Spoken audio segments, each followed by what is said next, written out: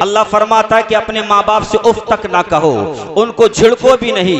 प्यारो, अपने माँ बाप से नरमी वाली बात करना चाहिए, नरम अंदाज में बोलना चाहिए, अच्छे अखलाक के साथ पेश आना चाहिए। कैसा अखलाक होना चाहिए, कैसा अंदाज होना चाहिए, आओ हदीस रसूल के तहत चंद बातें और बयान करूं। अल्लाह के रसूल सल्लल्लाहु अलैहि वसल्लम की बारगाह में एक सहाबी हाजिर होते हैं, अर्ज करते हैं, या रसूल अल्लाह, ये माँ बाप हमारे लिए हैं क्या?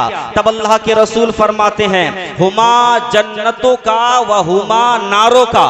तेरे माँ बाप तेरे लिए जन्नत भी हैं और जहन्नम भी हैं। तेरे माँ बाप तेरे लिए जन्नत भी हैं और जहन्नम भी है। अब यहाँ समझना पड़ेगा जन्नत कैसे है और जहन्नम कैसे है, तो तवज्जो के साथ सुनिए। अल्लाह के रसूल ने फरमाया था कि जन्नत कैसे है और जहन्नम कैसे है। प्यारे मुस्तफ़ा फरमाते हैं, जो बेटा अपने माँ बाप के साथ हुस्न सुलूक करता है अल्लाह उसको जन्नती बना देता है, और जो हुस्न सुलूक से पेश नहीं आता, माँ बाप पर जुल्म व तशद्दुद के पहाड़ तोड़ता है, अल्लाह ताला उसको जहन्नम में डाल देता है। अल्लाह मुसलमानों, ये तो हदीस रसूल थी। आओ प्यारे मुस्तफा की बारगाह में चल करके देखें और आमिना के लाल की जिंदगी को पढ़ करके देखें। या रसूल अल्लाह, या रसूल अल्लाह, पूरी उम्मत को आपने एक पैगाम दिया है और हर मोड़ पर आपने उम्मत को एक पैगाम दिया, हर तरीके से आपने उम्मत को पैगाम दिया। अपनी पूरी जिंदगी गुजारने के बाद आपने अपनी जिंदगी के हर हर लम्हे में उम्मत इस्लामिया को पैगाम दिया है। ए आमिना के लाल, माँ की अजमत क्या है, माँ की खिदमतें क्या है, थोड़ा आपके जरिए से भी हमें पता लग जाए। ये आमिना के लाल, आप ही हमें बता दीजिए। तो एक मर्तबा नबी करीम सल्लल्लाहु अलैहि वसल्लम मस्जिद नबवी के अंदर जलवा फगन है, मस्जिद नबवी में बैठे हैं, ज़ारो कतार रो रहे थे। एक सहाबी रसूल आपकी बारगाह में हाजिर होते हैं।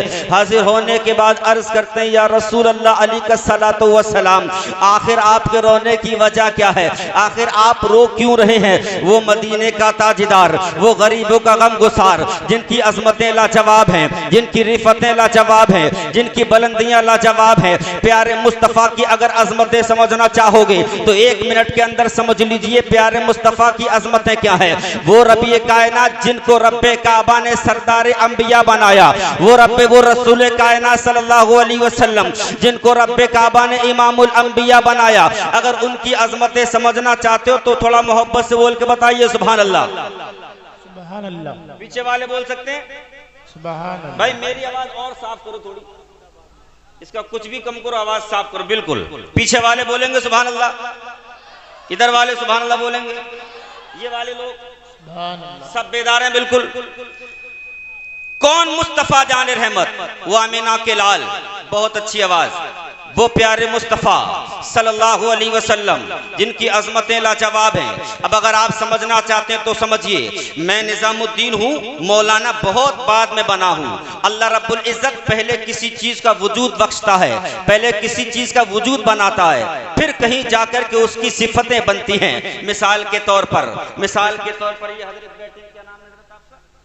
अशहद, जनाबे शायर इस्लाम अशहद बरकाती साहब, जब ये पैदा हुए थे तो फौरन पैदा होने के बाद शायर बन गए थे? नहीं।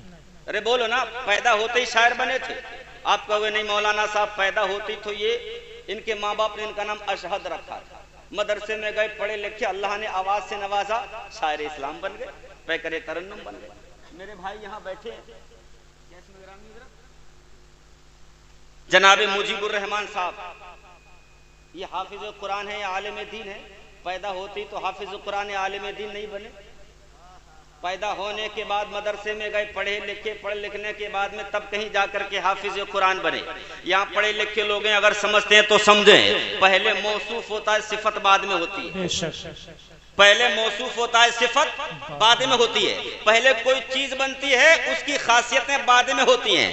ये माइक पहले, आवाज बोलना पड़ेगा, माइक पहले, आवाज बाद में। जिस उजाले की, जिस लाइट के उजाले में मेरा चेहरा चमक रहा है, ये लाइट पहले, उजाला उजाला बाद में।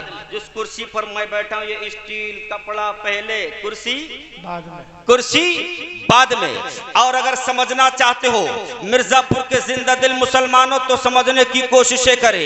चले बरेली की सरजमीन पर हजरत अल्लामा अख्तर रजा खान पहले, ताजुशरिया बाद में, हजरत मुस्तफा रजा खान पहले, हजरत मुस्तफा रजा खान पहले, मुफ्ती आजम हिंद बाद में। और आगे बढ़ो सरकार इमाम अहमद रजा खान पहले, आला हजरत बाद में। और आगे बढ़ो गलियर शरीफ की सरजमीन पर चलकर देखते हैं वो गलियर शरीफ जहां पर दीवाने दूर दराज से आते हैं और अपनी मन्नतें लेकर के जाते हैं। सरकार अलाउद्दीन पहले, साबिरों के इमाम बाद में। बगदाद मोहल्ला की सरजमीन पर जाने से पहले अजमेर मोहल्ला की सरजमीन पर चलो, सरकार सैयदना मुईनुद्दीन पहले, गरीब नवाज बाद में। बगदाद मोहल्ला की सरजमीन पर आज जो महफिल जिनके नाम से मंसूब है, सरकार अब्दुल कादिर जीलानी पहले, गौसे आजम बाद में, सरकार इमाम हुसैन पहले, शहीद आजम बाद में। चलो नबी के जमाने में चलते हैं, नबी के जमाने में चल करके समझे। सरकार सैयदना सिद्दीक अकबर पहले, सदाकत के ताजदार बाद में, हजरत उमर फारूक आजम पहले, अदालत के शहसवार बाद में, हजरत उस्मान गनी पहले, सखावत के ताजदार बाद में, हजरत मौला अली पहले, शुजात के ताजदार बाद में। अब अगर आवाज उठाओगे तो आगे बढ़ूंगा, जरा मोहब्बत से बोलो सुभान अल्लाह। हजरत आदम पहले, सफीउल्लाह बाद में, हजरत आदम पहले, सफीउल्लाह बाद में, हजरत नूह पहले, नजीउल्लाह बाद में, हजरत इब्राहिम पहले, खलीलुल्लाह बाद में, इस्माइल पहले, ज़बीउल्लाह बाद में, हजरत मूसा पहले, कलीमुल्लाह बाद में, हजरत ईसा पहले, रूहुल्लाह बाद में। मगर कुर्बान जाओ आमिना के लाल पर जो मोहम्मदुर रसूलुल्लाह पहले है, आमिना का बेटा बाद में है। नारे तकबीर, नारे रिसालत, मसलके आला हजरत, उलमाए अहले सुन्नत, हुजूर साहिबे सज्जादा, नारे तकबीर, नारे रिसालत, सुभान अल्लाह, सुभान अल्लाह, माशाअल्लाह।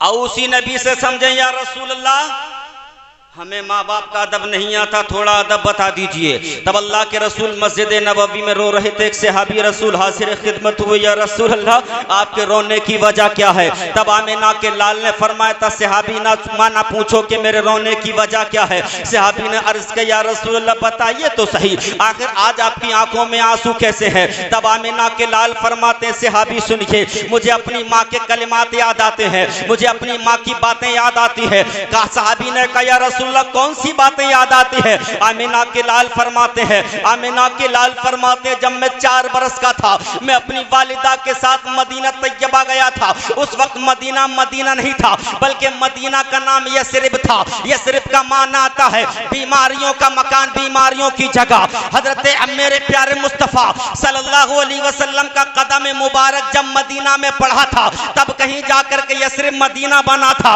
ये मेरे नबी के कदमों की बरकतें हैं। सहाबी सैयद मुस्तफा जान रहमत फरमाते हैं ऐ सहाबी सुनो, मैं अपनी वालिदा के साथ था, मदीना तैयबा गया।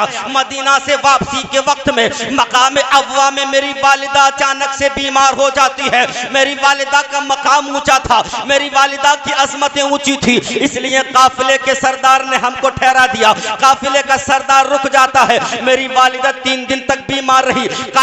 जब काफिले के सरदार ने देखा कि अब आमिना ठीक नहीं हो पा रही है तो काफिले का सरदार चला जाता है। काफिले का सरदार जाने लगा। हजरत आमिना ने कहा ओ काफिले के सरदार, अगर तू जाना चाहता है तो चला जा, मैं दुनिया में तेरे सहारे पर नहीं हूँ बल्कि परवरदिगार आलम के सहारे पर हूँ। आमिना ने कहा ओ सरदार तू जाना चाहता है तो चला। मदीने वाला फरमाता है मेरी वालिदा मोहतरमा बीमार थी, इतनी बीमार थी कि मेरी वालिदा से चला नहीं जाता था, मेरी वालिदा के कदम नहीं उठते थे। मकाम अब्वा में मेरी वालिदा लेट चुकी थी।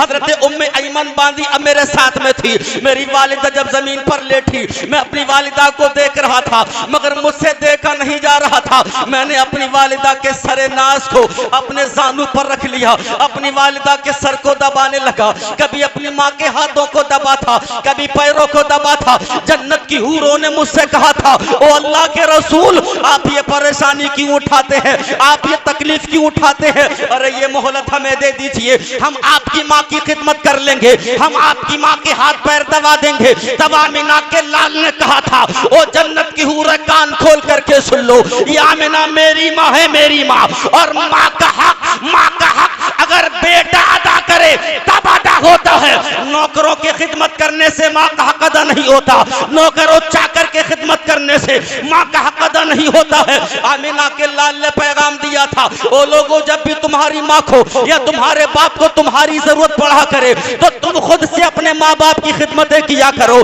तभी तुम्हारी माँ का हक अदा होगा।